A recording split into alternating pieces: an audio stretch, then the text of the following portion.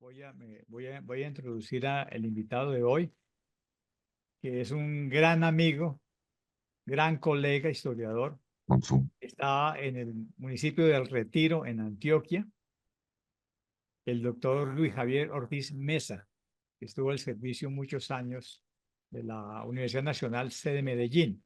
Hoy en día retirado en su cabaña del Retiro, sembrando árboles nativos. Y es el mejor invitado que podemos tener para hablar del Estado soberano de Antioquia.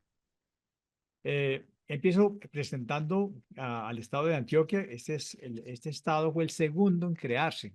Recuerden ustedes que Panamá fue creado en 1855 y el segundo estado federal en crearse fue el Estado Federal de Antioquia por una ley que se sancionó el 11 de junio de 1856 por Manuel María Mayarino y su secretario Rafael Núñez. Este estado, como fue creado en el 56, y antes que se crearan el resto de estados en el 57, tuvo su asamblea constituyente en el mismo año 56 y su primera constitución fue sancionada por el primer gobernador Rafael María Giraldo el 28 de octubre de 1856. Su primera constitución nos dice que el Federal de Antioquia se compone de los granadinos establecidos en el territorio del Estado y que si el territorio se va a dividir en departamentos y distritos, adoptar una legislatura con dos salas, una que se llama Senado y otra la sala de los diputados. Y en el caso de Antioquia, el Poder Ejecutivo se encarnó en un funcionario con el título de gobernador por una duración de 4 años. Se dieron un Consejo de Estado, es una novedad de este Estado, y el presidente de la Asamblea Constituyente fue Mariano Espina Rodríguez, que debo recordarles que él era nacido en Huasca, Cundinamarca, pero es una de las figuras emblemáticas del Estado de Antioquia y su descendencia también. La capital del Estado fue, desde el primer momento, Medellín. Y el territorio del Estado de Antioquia se dividió en 8 departamentos, que fueron Medellín, Santa Fe de Antioquia, Marinilla, Río Negro, Salamina, Sonsón, Santa Rosa de Osos y Sopetrán. El gobernador solamente actuaba con el auxilio de dos secretarios de Estado, uno de gobierno y uno de Hacienda. Así como en Santander tuvimos un presidente que fue asesinado por las tropas conservadoras en el campo de Suratá, en Antioquia, que se las dan de muy pacíficos y buenos, asesinaron dos gobernadores del estado. El primero, Rafael María Giraldo, y también a otro que se llamaba Don Pascual Bravo. Muy bien, aunque nos separa del estado de Antioquia solamente un gran río, porque es uno de nuestros estados vecinos, nosotros desconocemos mucho la historia de Antioquia a pesar de la vecindad. Pero hoy vamos a mencionar las grandes figuras del conservatismo antioqueño, empezando por Mariano Espina Rodríguez, que fue presidente de la Confederación desde el año 1857 hasta 1861, porque él entregó el cargo, a él nadie lo tumbó, él le entregó el 1 de abril del 61 su cargo y fue para su casa, nadie lo derrotó. El segundo, la otra gran figura es el primer presidente, el primer gobernador de Antioquia, Rafael María Giraldo. Otro, Marceliano Vélez, Pedro Justo Berrío y Recareo de Villa. Hoy los vamos a mencionar. Y todos del Partido Conservador hasta que vino la guerra del 76, 76, 75-76, que hace que ya haya más figuras liberales hasta que termina su existencia el Estado. Ahora, para terminar esta introducción, quiero recordarles que Mariano Ospina Rodríguez, cuando era presidente de la Confederación Granadina, se presentó ante la legislatura de 1859 y le lanzó a todos los estados federales, que aún no eran soberanos, un reto. ¿Cuál es el reto de don Mariano? Les dijo, las diferentes escuelas políticas que controvierten en la prensa y en la tribuna han procurado reducir a instituciones en los estados en que han alcanzado mayoría sus doctrinas opuestas. Sí, como es de desear, se establecen genuinamente esas teorías antagónicas y se las deja obrar el tiempo necesario para que puedan ser juzgadas por sus efectos, obtendremos por este medio seguro la más interesante y fecunda experiencia, no solo para la Nueva Granada, sino para todas las naciones de nuestra raza en América. Cuanto más decidido sea el antagonismo de estas instituciones, tanto mejor se dejarán conocer sus efectos en el progreso moral, intelectual y material del país.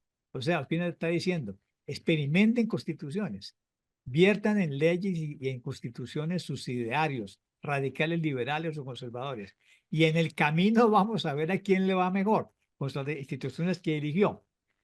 Dice, si hubieran de ensayarse una en pos de otra en toda la confederación, las diversas teorías que los desocupados caviladores de Europa lanzan al mundo y que nosotros aquí acogemos con ardor y pasión, la nación no llegaría a ver consolidadas sus instituciones en un siglo.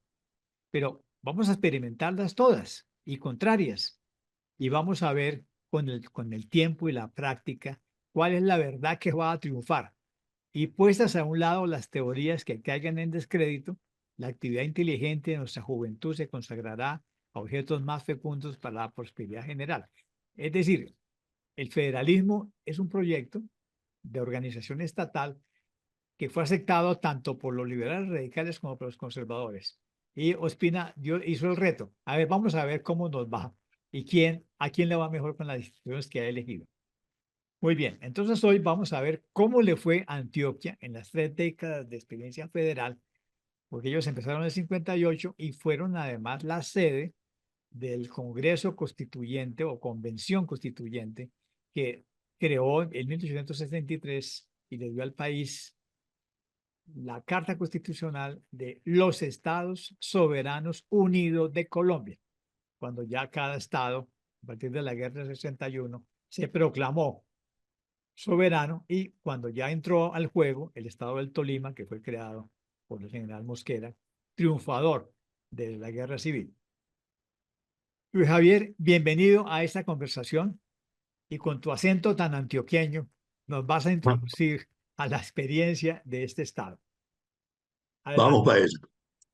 Muchas gracias, Armando, y a Elena por la presentación y bienvenidos todos.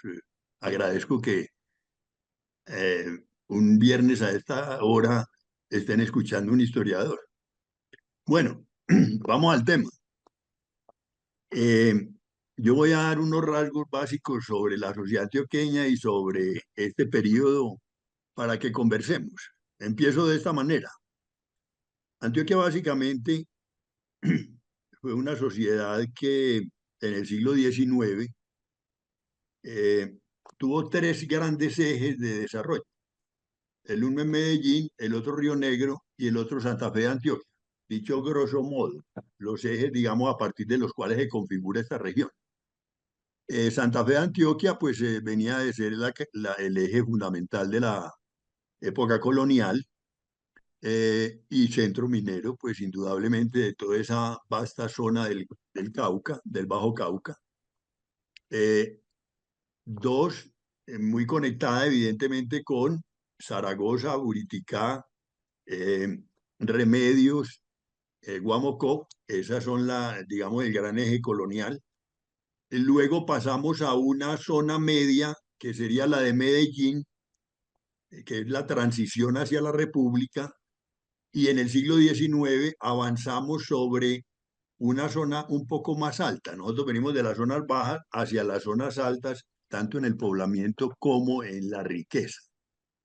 Y la tercera zona, que es Santa Rosa de Osos y el Oriente, es de donde van a partir gran parte de los colonizadores de la llamada colonización antioqueña, que evidentemente fueron unas oleadas humanas que les tocó combatir con concesiones, con grandes propiedades, pero también construyendo medianas y pequeñas propiedades en gran medida, lo que revela buena parte, pues, digamos, de esa cultura municipalista del Gran Caldas.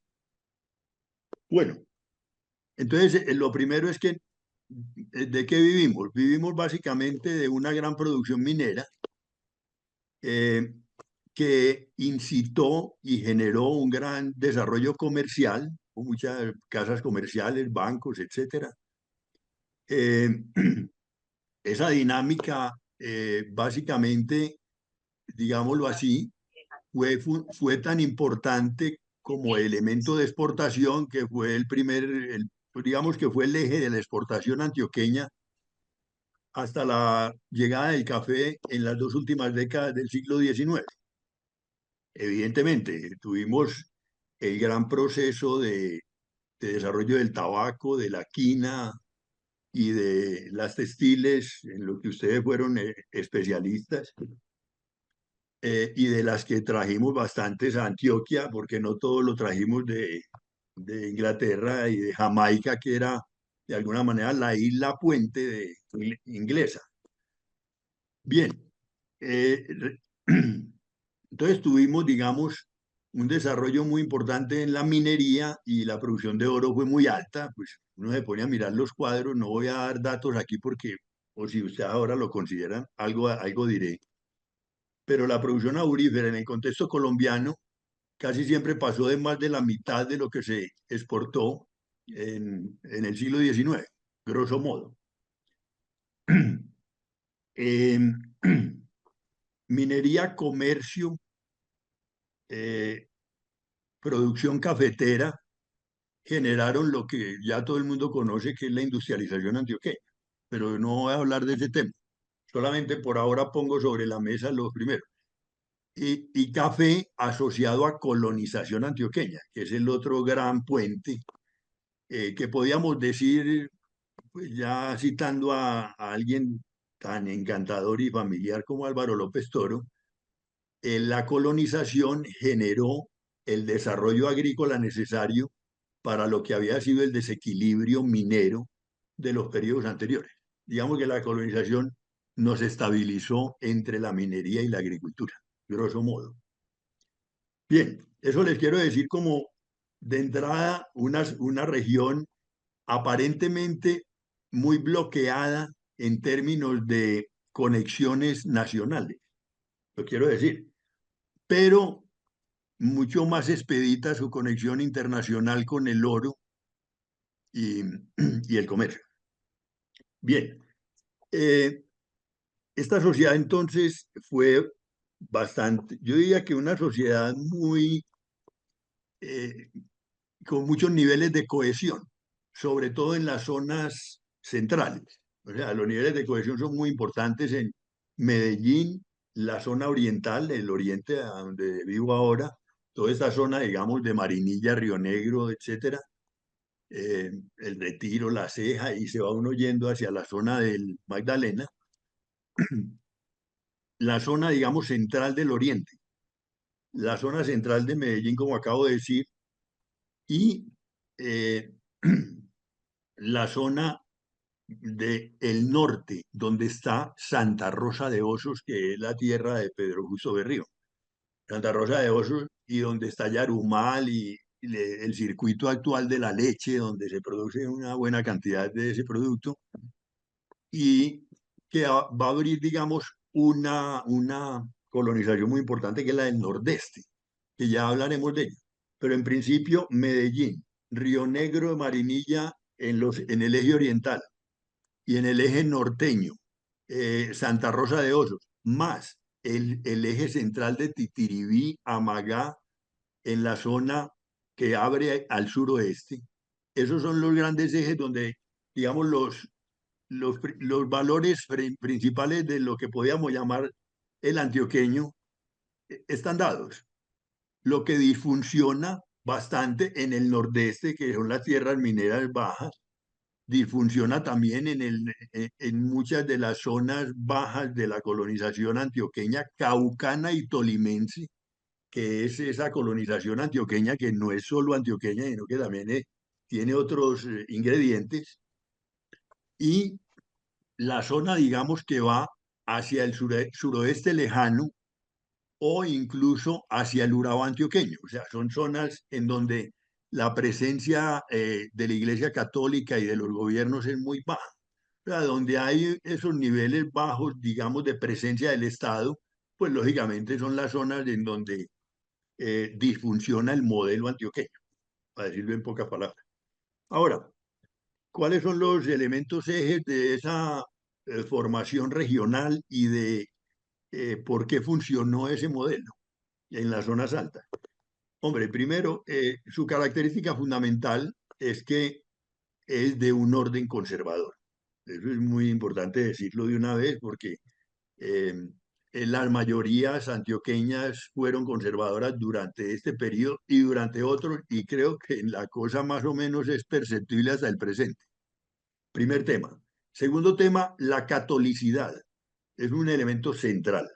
La iglesia tiene un papel decisivo a través de las parroquias, las sociabilidades, que son las sociedades que creó, los hospitales, las formas, digamos, así, de presencia, que la beneficencia es muy alta, esos niveles de presencia de la iglesia y esa formación de las conductas y los comportamientos es fundamental, con un eje central, como en todas partes, la familia, y una familia que tiene que ser nuclear, monogámica, etcétera. O sea, lo que disfusiona de esa familia que está en todas esas zonas periféricas es básicamente que donde hay vagos y malentretenidos, prostitución, así es leído por el modelo, prostitución, alcoholismo, vagancia, etcétera.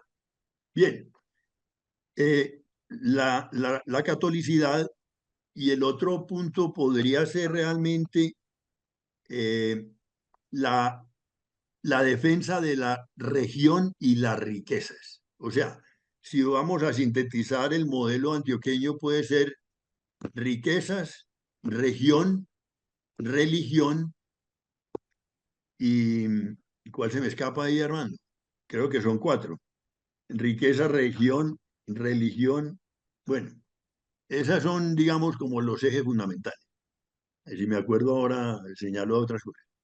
Entonces, en ese contexto en el que, digamos, la sociedad antioqueña entra en el periodo federal, básicamente lo que encontramos yo diría que son como las siguientes cosas. La primera es una convicción muy fuerte en que hay que mantener esa defensa de la región y tratar de evadir al máximo posible los impactos de tipo nacional que afecten ese modelo.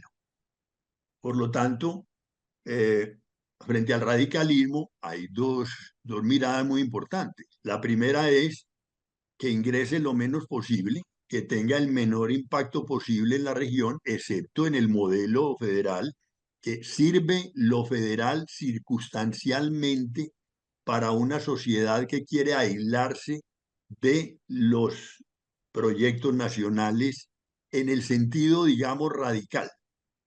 No en un sentido. ¿Por qué? Porque también hay que entender lo otro, y es, Antioquia no está contra la educación, solo que la educación tiene que ser católica y orgánica en ese sentido.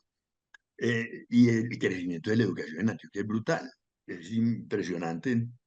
Desde uno hablar de la primaria, las normales, la Universidad de Antioquia ya en la década de los 70, la Escuela de Minas en el 88, y, y un modelo, digamos, expansivo a través del modelo religioso.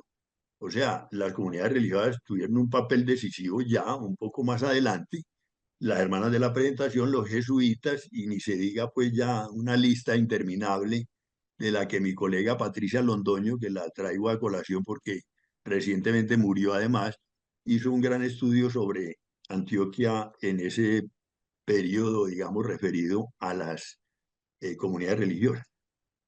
Bueno, entonces tenemos que Antioquia le jala al proyecto federal, pero desde una perspectiva conservadora. No está interés, pero también hace transacciones con los radicales, como por ejemplo que Pedro Justo Berrío derroca al gobierno de Pascual Bravo al final de la guerra del 60, o sea, en el 64, y eso lo acepta Murillo Toro sin problemas, siendo el presidente, dice, no, ¿qué vamos a hacer?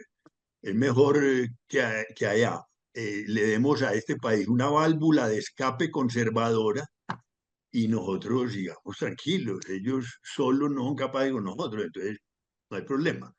O incluso las negociaciones muy hábiles con los radicales, Santiago Pérez, Aquileo Parra, para poder financiar parte del ferrocarril de Antioquia. Parte lo financiaron los radicales. Entonces, ese tipo, digamos, de puentes son interesantes porque usted tiene una sociedad muy conservadora, muy tradicional, pero al mismo tiempo, en la medida en que económicamente, en el desarrollo económico, no hay ni liberal ni conservador. Se entienden a las mil maravillas. Los comerciantes, mineros y terratenientes antioqueños pueden ser de los dos partidos diferenciados, pero se entienden muy bien y sacan los proyectos conjuntamente. Bueno, voy a dejar por ahora ahí porque si no, esto es una conferencia aburridora. Gracias, Luis Javier, por esta introducción a Antioquia. Pero de inmediato salta la diferencia. Es decir, eh, tanto Antioquia como Santander son fábricas de curas. Nosotros tenemos aquí Claro, Zapatoca, que es una ciudad productora de obispos y de curas, igual que allá Yarumal, etcétera. Pero claro, comparten la misma agenda, que es escuelas y caminos. Si uno mira las total. estadísticas de las escuelas en la federación, las dos estados que más escuelas y estudiantes tienen siempre serán Antioquia y Santander. Santander un poquito por delante, Sí, pero muy parejos. Esos son muy los estados parejos. que invierten más. Y ambos, su problema es caminos y ferrocarriles. Así, Pedro Justo Berrío tuvo muy buenos socios, los Cisneros, pero Solón Wilchis también tuvo muy, ingenieros muy famosos para su proyecto. Entonces, tienen el mismo problema que es abrirle camino al Estado y educar al Estado. ¿Cuál es la diferencia? La diferencia es partidista. Y la Correcto. diferencia es en la mayor influencia del clero en Antioquia, porque en Santander sí, los abogados liberales sí luchan contra el clero. Ahora, Murillo Toro siempre fue neutral. Él defendió a ultranza el principio de la neutralidad de la federación o de la unión con lo que los estados les dé la gana hacer. Pueden tumbar al gobernador, a mí qué me importa, yo no me meto, hagan lo que quieran.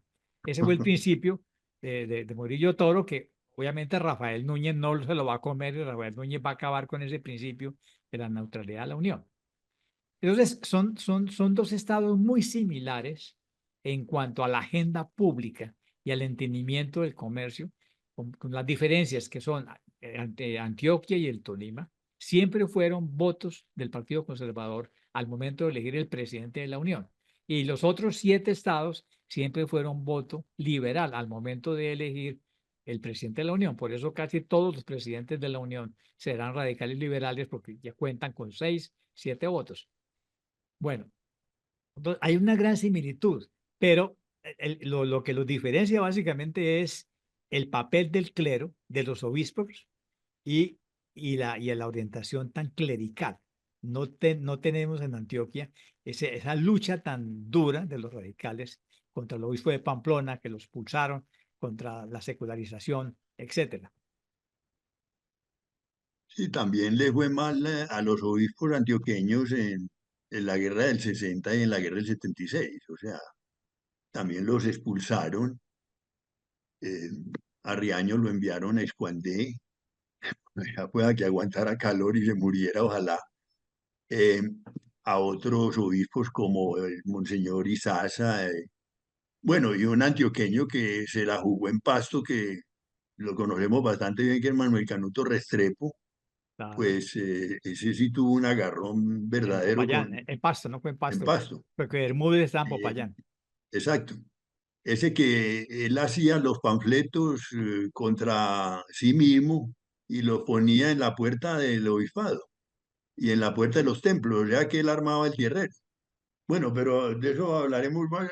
No sé. Sí. No, Ahora, el tema central está en el problema religioso, en el clero. eso es lo que hace la gran diferencia. Sí, es una diferencia radical, es decir, y Y eso todo es lo se que hace que el asocia Partido Conservador fácilmente porque se fíjate que alíe con está la asociado Iglesia. al matrimonio civil, el divorcio vincular, el tema de digamos, de cómo hacer las compensaciones de las rentas en el tesoro, en la elección de curas párrocos, o sea, eso se le vuelve un mundo impresionante a los antioqueños de las élites y de buena parte de la sociedad, porque ese modelo antioqueño penetra, de eso tiene una mentalidad de fuertes. Así Se es. lo digo porque es que yo mismo pues estoy haciendo un pequeño estudio sobre las mentalidades hoy, tratando de traer de atrás esos ejes fundamentales de los cuales se nutre. No está muy lejos. Hay mucha gente que piensa como en el siglo XIX y vive su militancia y su creencia como en el XIX, Así es. a pesar de Ahora, estar hoy en otro momento. hay otra diferencia. Sí, La Constitución antioqueña le da al Poder Ejecutivo, al gobernador, un periodo de 4 años. sí, Eso no ocurrió en Santander. En Santander es una hilera de presidentes que están un año. O sea, sí, el o libro no. que hizo Bueno, Edmundo Gabaza de presidentes del Estado es una chorrera sí, que sí, entonces no alcanzan. O sea, el que más pudo durar fue Marco Estrada y Solón Wilches Calderón, al final. Pero es que ustedes sí. se dieron el lujo de tener a Pedro Justo Berrío 4 años. Eso es No, mucho lo que se 10, puede hacer en 4 años, 10 años. Entonces, Pedro 10 Justo años. Berrío hizo la diferencia por la cantidad de tiempo que pudo estar, igual que Marcelano Vélez o Ricardo Villa. Entonces, tienen figuras de larga duración que les permite llevar una agenda en el largo plazo, cosa que no Sí, se pudo hacer en Santander. lo que pasa es que de los 35 años que hay entre el 50 y el 85, eh, los liberales gobernaron 12 años y los conservadores gobernaron el resto, o sea, 23 años. Ahora, con gobernantes de larga duración, es bueno hablar de un modelo que es el de Berrío, pero hay que Que decirlo es el mejor claramente. modelo antioqueño, el de Pedro Justo Sí, Berrío. porque Háblanos Berrío un poco realmente, de ese gobernante. exacto, porque primero, pues, Berrío viene de familias de clases medias de Santa Rosa, pero como es abogado, tiene conexiones muy importantes con políticos de diversa orden y tiene mucha conexión con los colonizadores de esa zona que nada menos son hacia abajo los Vázquez Calle, que son familias, pues, era la familia más rica que había en Antioquia durante el 19, al lado pues de la de Coriolán Mamador y de los Santa María, y algunos Botero Uribe, etcétera. Pero de todas maneras, lo importante de Berrío es que Berrío se convierte en un hombre carismático para la región, por varias razones. Primero, pues eh, es el que configura con los mineros, terratenientes y comerciantes un modelo en el que en las dos partes hagamos las obras públicas. Ojo, pues, hagamos las obras públicas, no solamente ellos, el gobierno, hagamos entre los dos las obras públicas. Hay, en segundo lugar, hay una recolección de impuestos que es muy eficiente. Eso lo tengo que decir por razones obvias. Pues es decir, no ver esa hacienda antioqueña cómo empieza a repartir para caminos y educación, pero plata. Y de qué manera abre, pues rompe territorio por todos lados. En tercer lugar, en la educación es impresionante. O sea, Berrío, pues les voy a decir no más que esto. eh, Le pagaba de primero a los maestros, porque consideraba que eran el eje fundamental de la construcción de ciudadanía de esa región. Pues se lo traduzco simplemente, pero segundo, pidió ser rector de la Universidad de Antioquia apenas bajó del cargo de presidente del Estado. Ah, O sea, tercero, montó un proyecto grueso contra la Universidad Nacional, lo tengo que decir con dolor en el alma. La Universidad de Antioquia en ese momento, una universidad conservadora que le respondiera a la TEA, decía entonces, y cismática y completamente corrompida Universidad Nacional de Colombia, la del 67. Él le respondió en el 71 con la Universidad de Antioquia. Bueno, o sea, ese es el modelo de un gobernante que, pues digámoslo así, pues yo sé que eso es muy incómodo para los radicales, pero pues es un modelo funcional.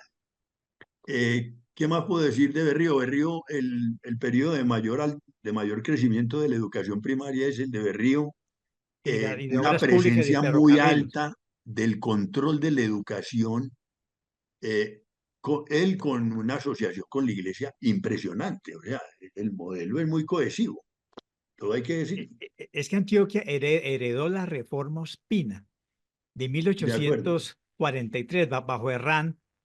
Ospina Sí, fue señor. secretario del Interior, hizo la gran reforma Ospina que aseguró los valores católicos de la nueva muchachada de abogados, que luego todos se voltearon y hicieron radicales, pero Ospina aporta desde muy temprano un proyecto educativo muy clerical y muy conservador.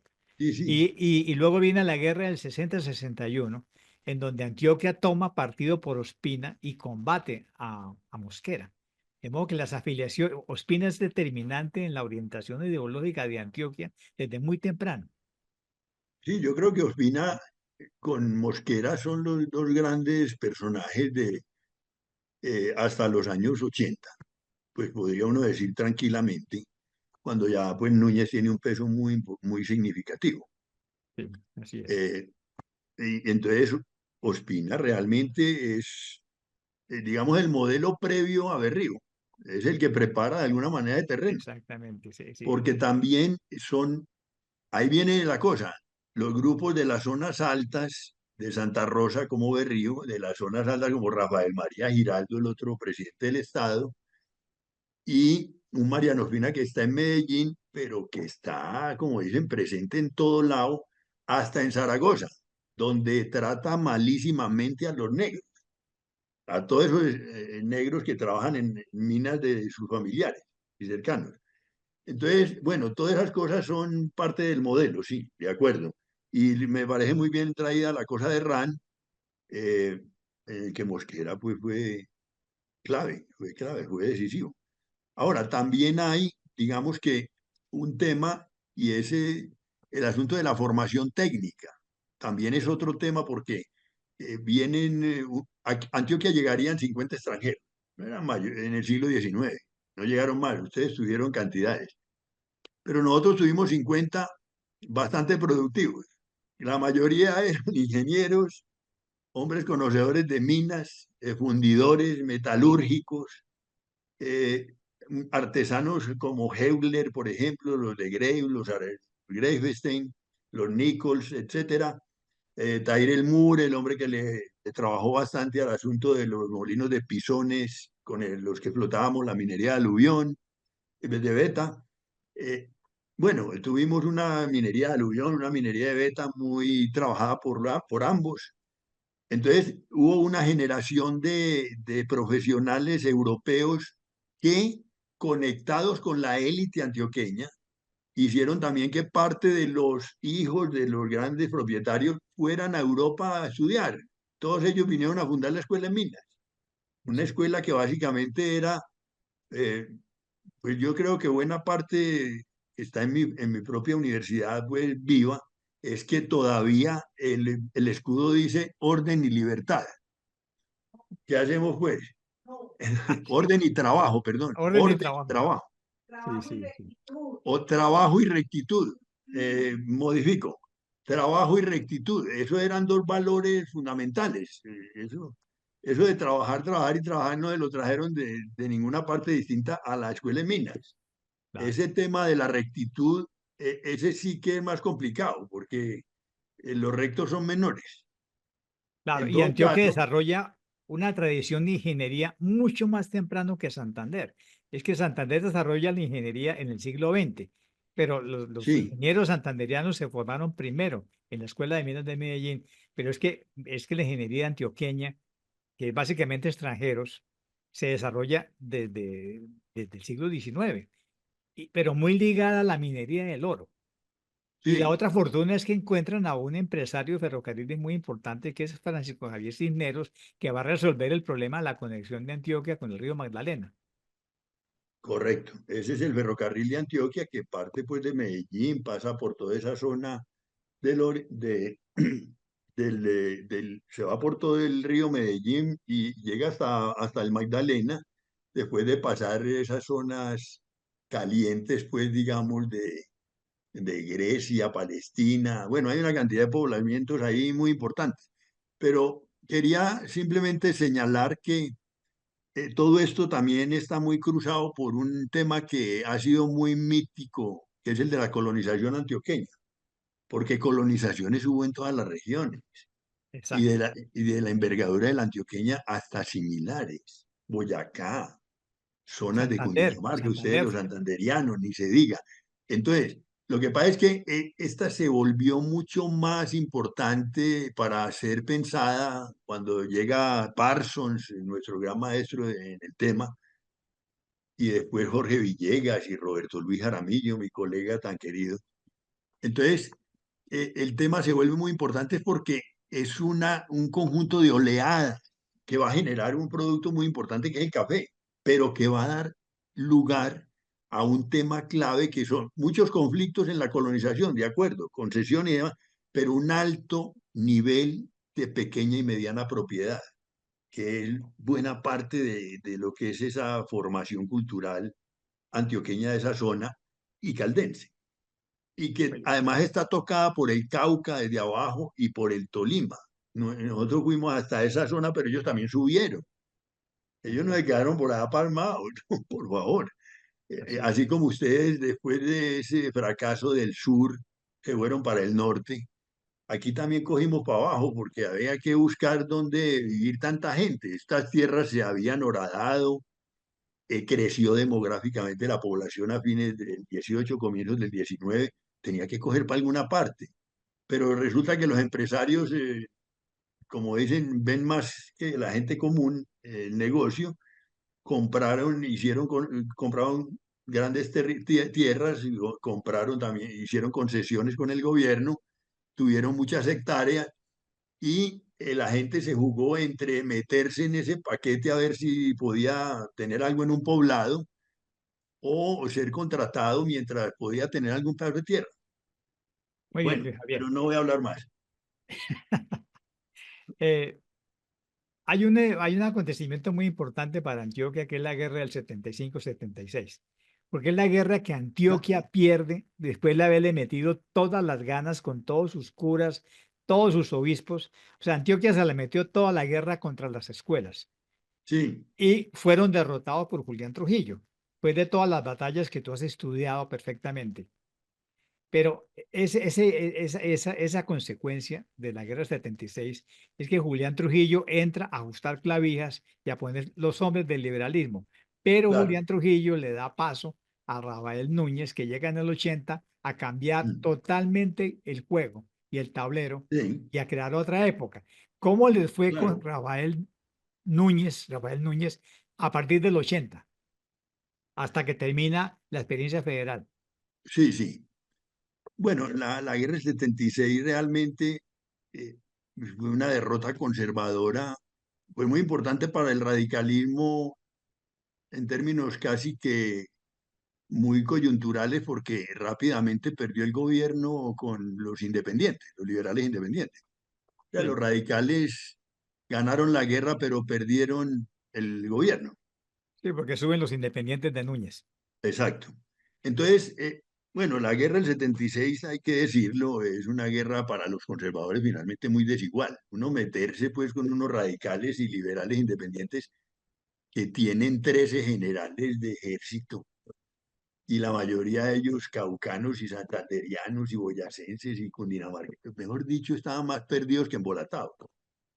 No había cómo ganar esa guerra, a pesar del armamento que trajeron y bueno, tanta cosa que bueno, mi tesis de doctorado fue sobre esa bendita guerra, pero no voy a entrar aquí en detalle. Simplemente la guerra dejó mal parado al radicalismo finalmente. Y en el caso antioqueño, como fueron derrotados, Antioquia vivió una época bastante complicada. ¿Por qué? En economía, ustedes saben muy bien, pues vuelvo a repetir, el desarrollo económico está por encima de todo. Hay acuerdos ahí, luego las diferencias en lo otro, ahí vamos viendo cómo la resolvemos. ¿Qué pasó? Que rápidamente Trujillo tomó Antioquia, siempre entrando por Manizales. Pues Manizales era el punto nodal. Mejor dicho, Manizales es el balcón de donde se mira el Cauca, pero donde se ingresa a Antioquia para poder someterlo. Entonces, Trujillo deja gobernantes en Antioquia, eh, pero no puede tener un manejo y entonces se le monta el radicalismo en Antioquia. ¿Cómo les parece a ustedes? Pasamos del conservadurismo al Al radicalismo liberal de radicalismo. Trujillo. Exacto. el gobierno liberal de Trujillo tiene que soportar a los radicales antioqueños, de los cuales el más expresivo es nada menos que Jorge Isaacs. Oigan pues esto, Jorge Isaacs en el 80 hasta organiza gobierno en Antioquia más radical que los radicales. Eso le duró un mes. Después los radicales vienen con un hombre que es de la élite, que es Luciano Restrepo.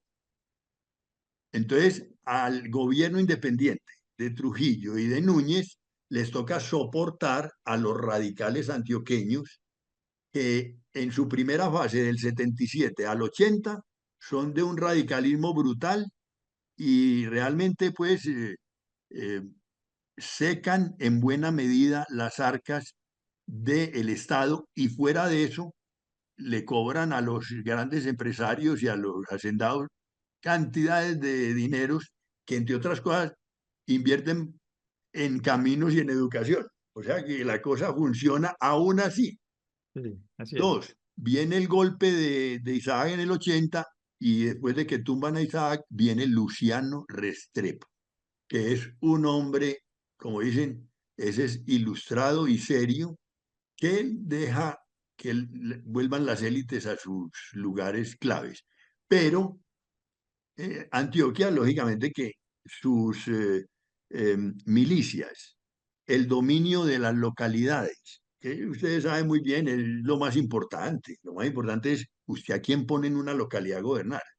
Llenó eso de alcaldes liberales, llenó el asunto de las milicias locales a favor, puso a la, puso a la iglesia en contra, porque la iglesia fue muy perseguida en ese, así como la iglesia perseguía, pues como dicen, a cualquier infiel, estos persiguieron a la iglesia a fondo.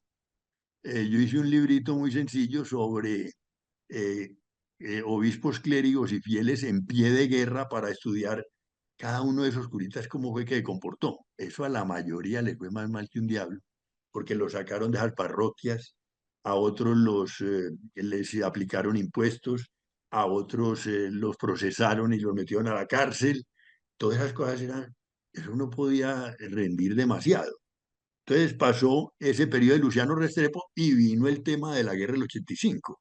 Y es cuando ya, digamos, Núñez ha fortalecido mucho sus fuerzas para una regeneración conservadora y una regeneración, pues, digamos, inicialmente administrativa, pero realmente política. Núñez, yo diría, pues, que es el gran, digamos, que recoge toda esa tradición conservadora, una parte de esa tradición liberal que es la independiente, y dice, bueno, vamos a sacar estos tipos de aquí definitivamente. Entonces, ahí es donde viene la guerra del 85, que Antioquia primero se mantiene neutral y después finalmente juega a favor de los radicales y perdieron la guerra. Bueno, todo el tema, digamos, de las guerras, es bueno decirlo, Antioquia siempre buscó estar más bien neutral, es decir, cómo aislarse del conflicto para que no se afectara el desarrollo económico, ¿sí? Para que la plata no se complique. Esa es una visión muy antioqueña de las élites antioqueñas, es perfecta. Ahora, evidentemente, eh, también Antioquia va a cumplir entonces un papel muy importante en la regeneración, pues ni se diga. Solo que Antioquia tiene unas disidencias conservadoras con el movimiento nacionalista conservador de la regeneración. Antioquia tiene una tradición transaccionista y es la que se ha olvidado. Pues bueno, estos gobernantes nuestros hoy no transan nada. Ahora, nosotros éramos de una tradición transaccionista en muchos campos con el opositor. Porque si no se hace eso, disfunciona la nación. Claro. Entonces, en esas transacciones, el conservatismo histórico de Marceliano Vélez como uno de los grandes jefes, es un conservatismo más transaccional y que no le molesta mucho que en la regeneración estén persiguiendo a los que escriben en la prensa de manera disonante. No les gusta que el gobierno se meta mucho en su fisco regional, ¿no? Porque les limita las ganancias. Fuera de eso, no les gusta que ataquen tanto las libertades. O sea, ese conservatismo histórico fue muy transaccional, el del Indio Uribe. Ya pues el Indio Uribe escribiendo pues barbaridades contra cualquier conservador y cualquier obispo, entonces lógicamente que lo echaron de aquí y lo mandaron pues para eh, el Ecuador y a Greñas, el gran caricaturista, terminó por allá en Costa Rica. Es unas medidas que los antioqueños no veían buenas. Claro. Entonces, esa élite conservadora tiene un papel más transaccionista, pero finalmente apoya el régimen regenerador, prohispánico, tradicionalista, muy católico, muy centralista, finalmente, pero él también es el modelo, digamos, de la transacción trae un elemento clave que es la descentralización de rentas, de gastos, de esos temas, como está haciendo ahora este gobernador, pero está muy perdido. ¿En qué? En el sentido en que él quiere que la plata que le entra por las rentas en Antioquia se las inviertan en Antioquia. Y resulta que eso es pensar regionalmente, pero no es pensar en nación. Así es. Bueno, es muy importante en los tiempos de la regeneración las figuras del conservatismo histórico, lo que usted ha mencionado en Antioquia y en el caso de Santander, Carlos Martínez Silva. ¿Por qué? Por lo que Martínez tú Silva dices, Central, porque está hecho para negociar frente al ala radical del nacionalismo. O sea, los niños de Caro, que no negocian y en cambio, esos históricos están dispuestos a negociar con los liberales y están dispuestos a sacar las cosas adelante sin el nacionalismo. Pero hay una cosa que está ocurriendo a finales del siglo XIX y es que ya Antioquia está creciendo velozmente en la producción de café. claro, Cuando ya viene a gobernar Rafael Reyes, él reúne a los ricos del país porque él cerró el Congreso y trabaja con una Asamblea Nacional y Constituyente, pero él reúne a los gobernadores y reúne a los ricos del país. Y si uno mira a los ricos que él reúne en 1904, son o de Manizales o de Antioquia, son los ricos del país. O sea, ahí se vio que cómo Antioquia se enriqueció de final del 19 y la primera década del 20. Eso hizo la gran diferencia antioqueña, en la riqueza que acumula con café, mientras en Santander se destruyeron los cafetales durante los 3 años de la guerra civil, de los 1000 días. Destruyeron los cafetales claro, en Río Negro. Entonces, Antioquia va a dar un salto con el café entre 1880 y 1905 y se va a de ver acuerdo. claramente bajo el gobierno Reyes. Ellos son los que tienen la plata del país y los bancos y todo viene del café. Sí. No, el café definitivamente pues es, digamos, el foco más importante de producción, eh, por incluso porque dinamiza todo. O sea, dinamiza todo. O sea, uno no puede pensar en un ferrocarril si no tiene café. Entonces, el ferrocarril lo arrancaron rápidamente en los 70, eh, y lo avanzaron mucho hasta fin de siglo, pero resulta que terminaron haciendo un mal negocio con la Punchar, una entidad, una empresa inglesa, y eso terminaron en demandas y contrademandas al estilo nacional. Entonces, sin embargo, lo terminaron ya en los años 20, pero el café fue el que impulsó realmente caminos, ferrocarril, más navegación a vapor. Después ni se diga ya cuando entramos en la época de el desarrollo digamos, de carreteable y todo este asunto, pues me parece que la dinámica cafetera ya es un asunto muy importante, pues finalmente Antioquia termina poniendo buena parte de los ministros en los años 30, 40, 50, que son los ministros de Hacienda. Todo ese tipo Y de van a cosas tener tienen que ver un claro, poco con, y esa producción cafetera ahora tiene un elemento que me parece que es muy importante, y es que permite un nivel de vida muy bueno para sectores campesinos pequeños y medianos, porque esas unidades campesinas finalmente, como ha mostrado Albeiro Valencia Llano, un colega de Manizales, él ha mostrado que ese es una especie, digamos, de modelo de aldea local. O sea, usted tiene, produce la caña de azúcar, produce el plátano, eh, siembra un poco de maíz, tiene unas cuantas vacas. Hay modelos y resulta que, y detrás está una una importante siembra de café. Entonces, ahí hay una dinámica muy importante de circuitos mercantiles nuevos, eh, los cables aéreos, Manizales se convierte pues en un eje muy importante, después Risaralda, la zona de Pereira, el Quindío, a pesar de la Burila, que es esa compañía pues que era dueña de casi todo el Quindío. Bueno, pero no obstante, hay un tema que es el de la pequeña y la mediana propiedad. Por eso no me asusta que Petro esté entregando por ahí tierras, para Muy meter bien. una cuña indecente. Y para ir cerrando, porque ya el tiempo se está agotando, ¿cuál es tu balance de la experiencia federal en Antioquia? De esos años netos que van de 1856 al 85. ¿Cuál es tu balance del federalismo en Antioquia?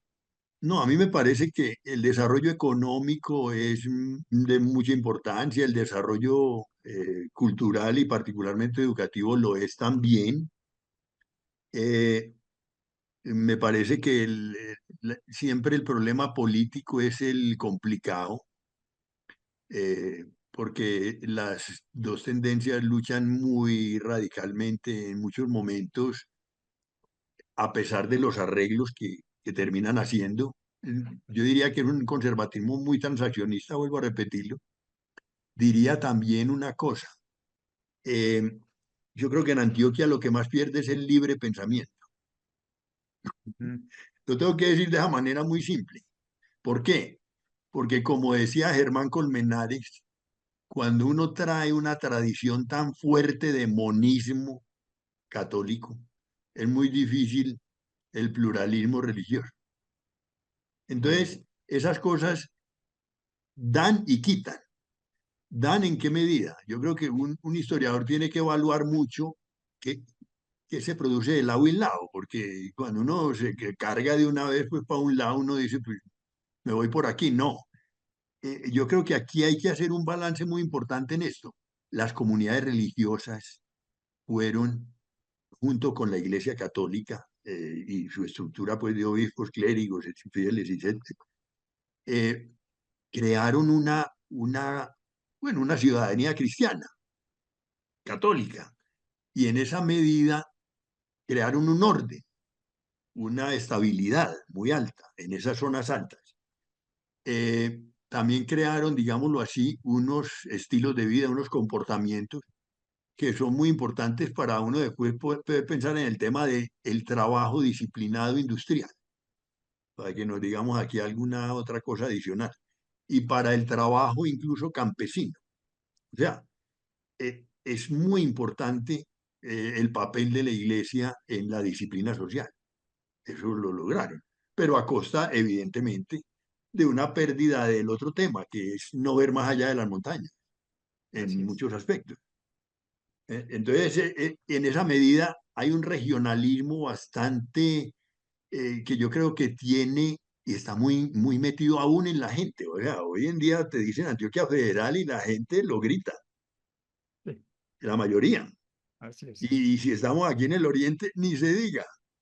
Así es. Uno dice cualquier asuntico a diferencia de eso y no le va muy bien. Así es. Entonces, hay una gran, digamos, yo creo que un peso muy importante de un orden social muy establecido, pero que tiene esos problemas de bastantes limitaciones frente a la libertad religiosa, frente a la libertad incluso, digamos, de expresión.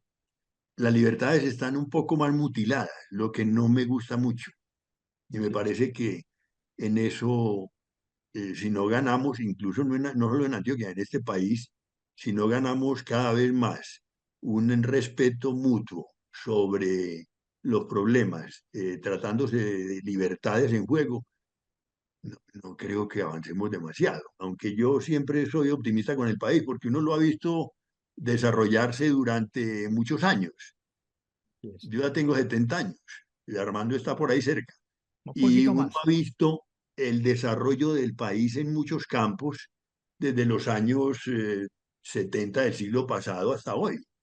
Así es. Eh, Fuimos hijos del Frente Nacional finalmente y hasta yo nací en el 51 cuando estaba Laureano Gómez gobernando. ¿Cómo les parece? Entonces, yo creo que esto ha variado sustancialmente y Totalmente. uno se pone a pensar solo en la universidad, el cambio es radical. Es decir, el incremento de de la educación superior, los niveles de formación.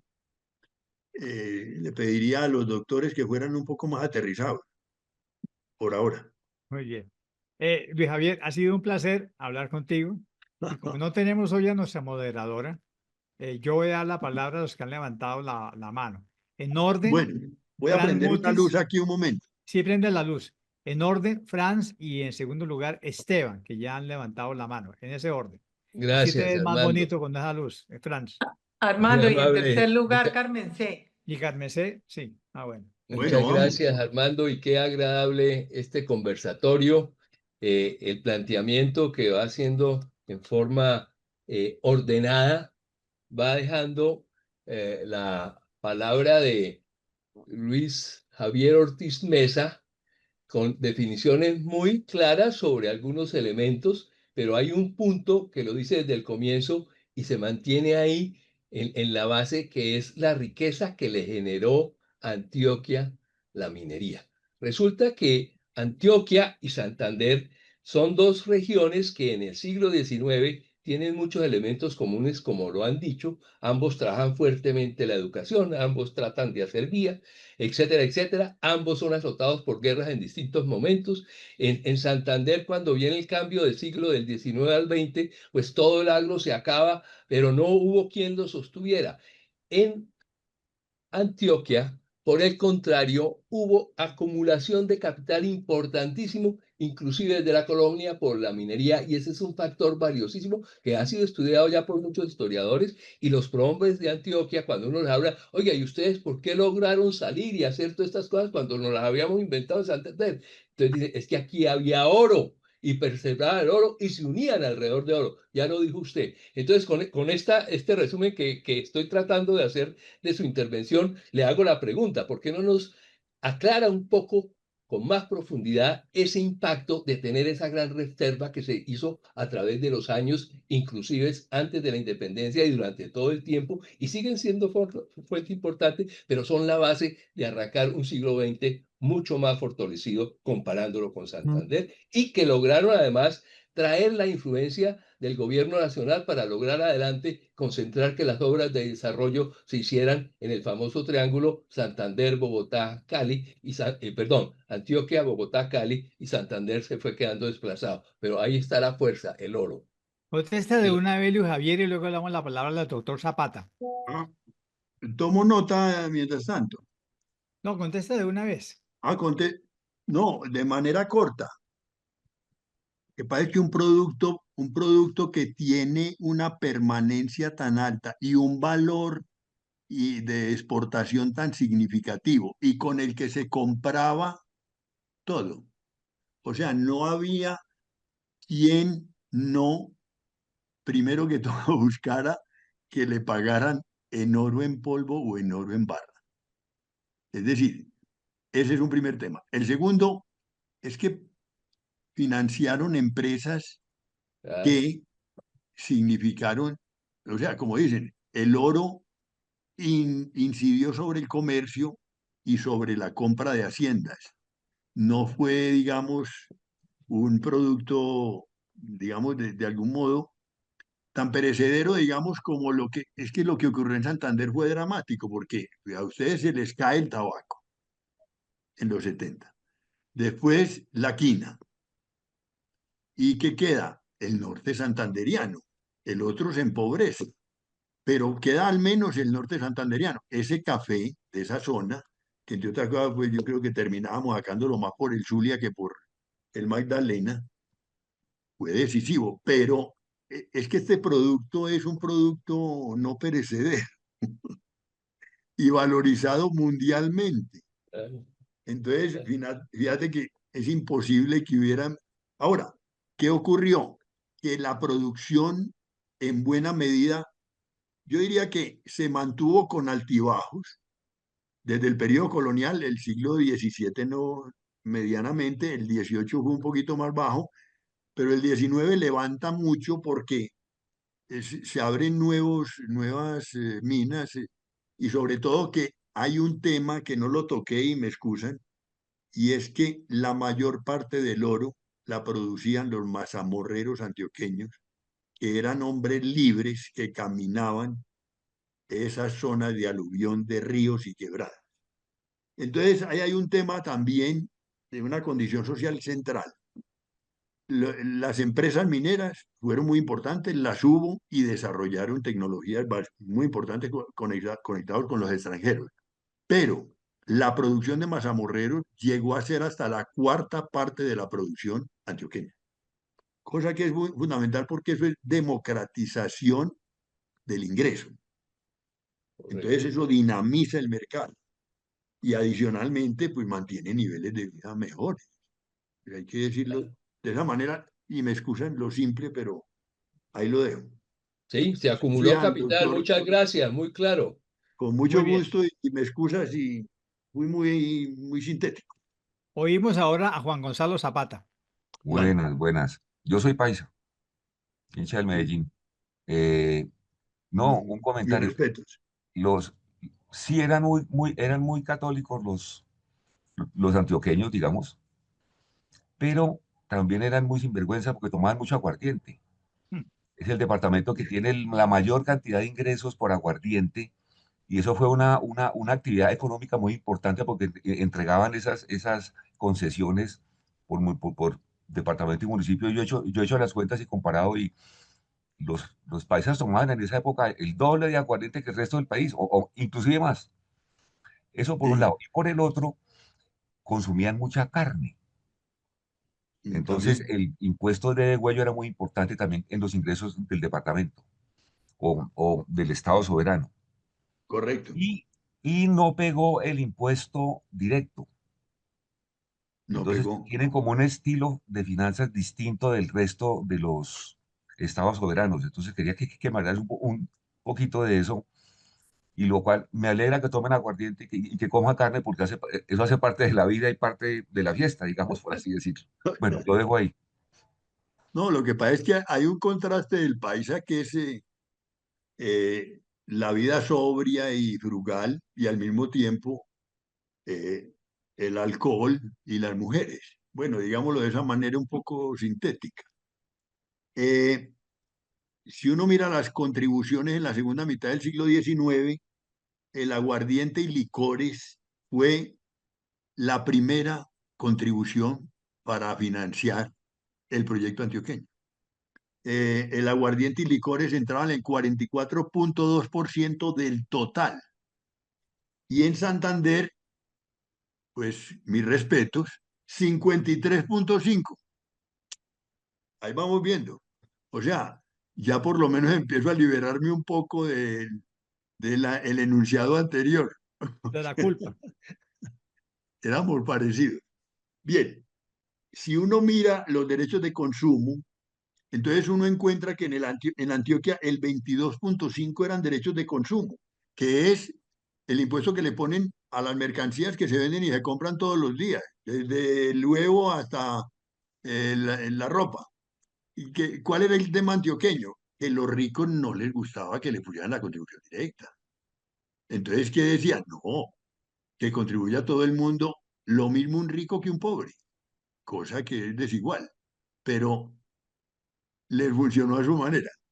Bien, si uno mira el derecho de huello, Antioquia ya tenía un derecho de huello más bajito. En ganadería, que es un punto que no toqué y que me parece que es otro gran aspecto del 19, porque es que la ganadería es fundamental. Ya, esa es la zona de roturación de tierras más importante, al lado de la del café. Entonces, Derecho de degüello en Antioquia, 14%. Derecho de degüello en Bolívar, 42%. Me he dicho, ganado a la lata. Derecho de degüello en Santander, 23%. Nos ganan por 10 puntos. Está bastante bien las sabanas santanderianas. En contribución directa éramos, no, mejor dicho, ni funcionaba. Y en contribución directa ustedes tenían el 15% si uno mira toda la segunda mitad del 19. Pero el que sí aplicaba contribución directa era Panamá, el 35%. Y Boyacá, el 40%. Uno, no me imagino pues cómo están. En el Cauca, derecho de consumo, 41.7. En el Cauca, aguardiente y licores, 17. Creo que está subvalorado. Pero bueno, ahí les dejo la inquietud. De acuerdo. Vivimos bastante bien del aguardiente y los licores. Al siglo XX. Muy bien. Carmen C., te oímos. Doctor Mesa y Armando, ¿Qué hubo? después de oírlos a ustedes, pues nada, pero pues yo leí aparte del libro de Fernando Guillén Martínez, que trae referencia de trabajos que hizo James Parsons y Robinson Stafford.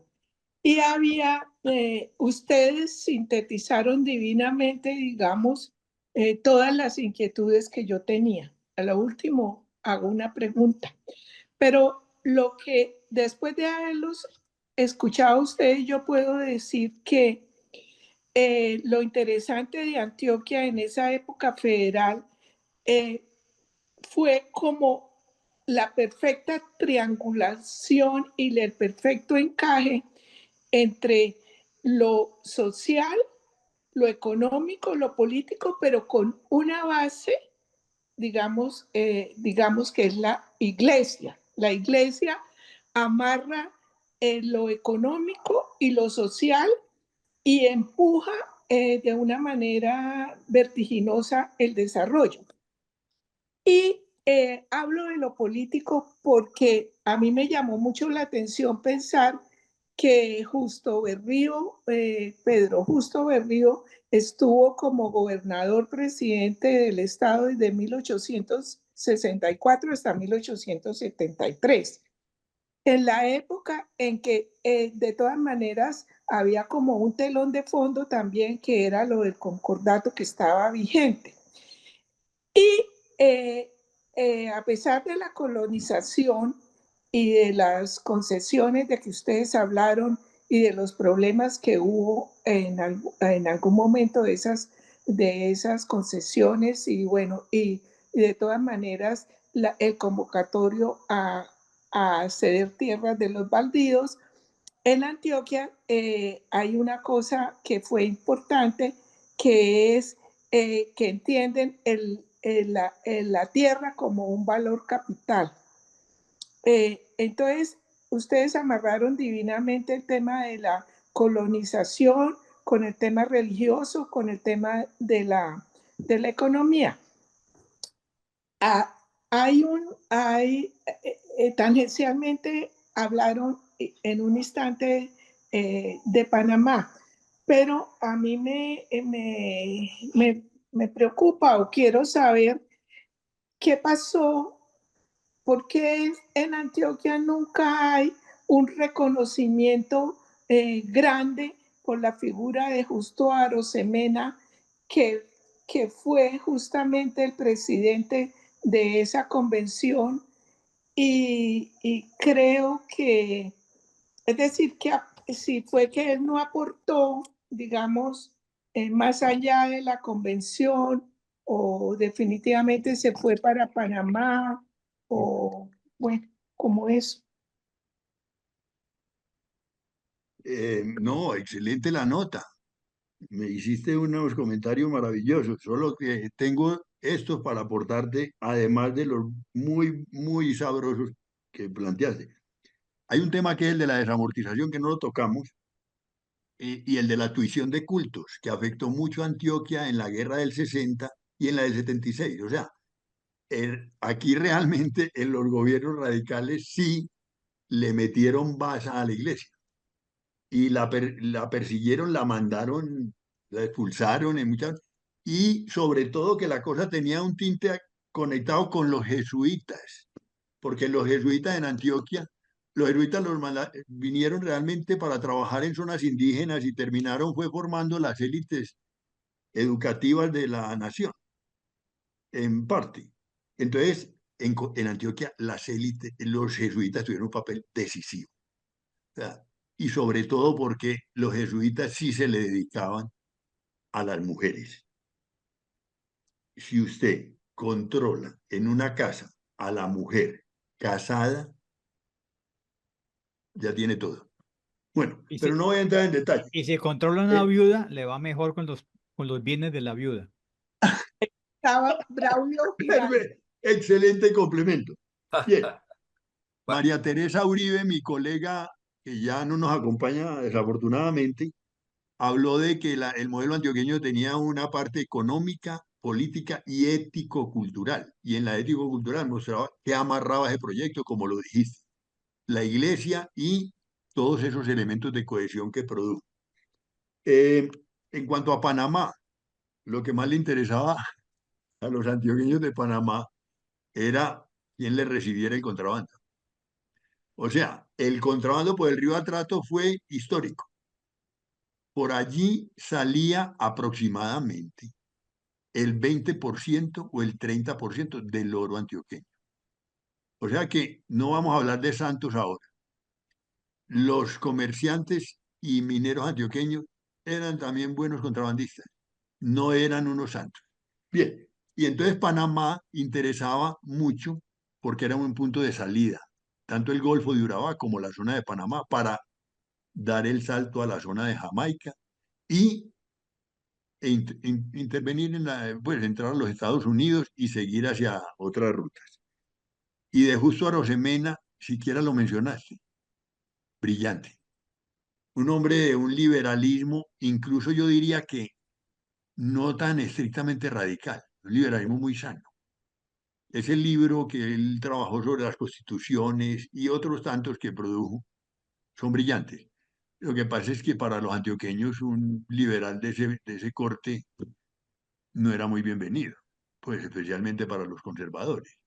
Mejor el padre Braulio Giraldo. ¿Cómo? El mejor para ellos el padre Braulio Giraldo. Ah, Braulio Henao, Braulio Giraldo. Carmen, ¿qué me dicen? No entiendo muy bien el punto. No, digo, mejor para los antioqueños en esa época el cura de la parroquia que amarraba el convite y amarraba los recursos Claro, y claro, no, había aquí unos curas muy fregados. Yo no puedo hablar de eso ahora, pero no, eh, no, eran hombres de una fe cerrera y de un también liderazgo, ¿no? y de un liderazgo local tan impresionante que la gente ni se quejaba cuando los perseguían de una manera absolutamente brutal. Bueno, pero no, otro tema. Muy bien, Sí. no tengo a nadie más que haya levantado la mano en este momento en la Muchas lista. gracias. No, señor, nadie No, más ha levantado la mano. nadie más ha levantado la mano. Es la oportunidad que la levanten ahora. Si alguien quiere hacer un comentario, alguna pregunta, micrófono Levanten la mano abierto. para poderlo identificar.